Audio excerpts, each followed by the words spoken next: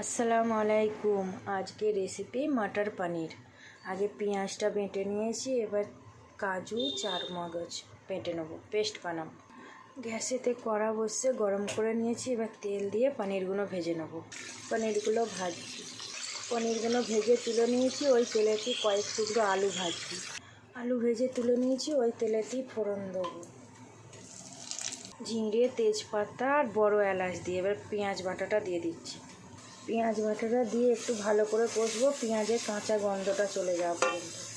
কষতে কষতে একটু সর্ষের তেল দিয়েছি, 1 চামচে আদা রসুনের পেস্ট দিচ্ছি, হলদি পাউডার একটু দিচ্ছি, ধনে গুঁড়ো, লঙ্কা গুঁড়ো, জিরে গুঁড়ো, কাশ্মীরি লঙ্কার গুঁড়ো, সব মশলা একসাথে দিয়ে কষবো।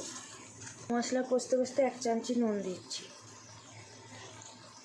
এবার মটরগুলো দিচ্ছি, এবার বাদামের পেস্টটা দিয়ে দিচ্ছি, দিয়ে একটু কষবো। আরও 2-3 মিনিট মতন কষবো, ঢেকে ঢেকে কষবো।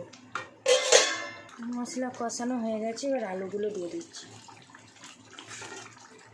অল্প একটু পানি দেবো, এবার ঢেকে দেবো, দিয়ে আলু সেদ্ধ হতে দেবো।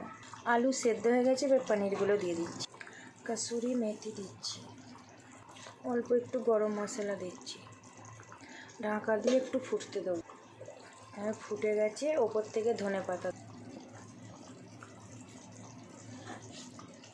কাঁচা লঙ্কা। মটর পনিরের রেসিপি রেডি। যদি মটর পনিরের রেসিপি ভালো লাগে লাইক, কমেন্ট, শেয়ার, সাবস্ক্রাইব করবেন। আল্লাহ হাফিজ।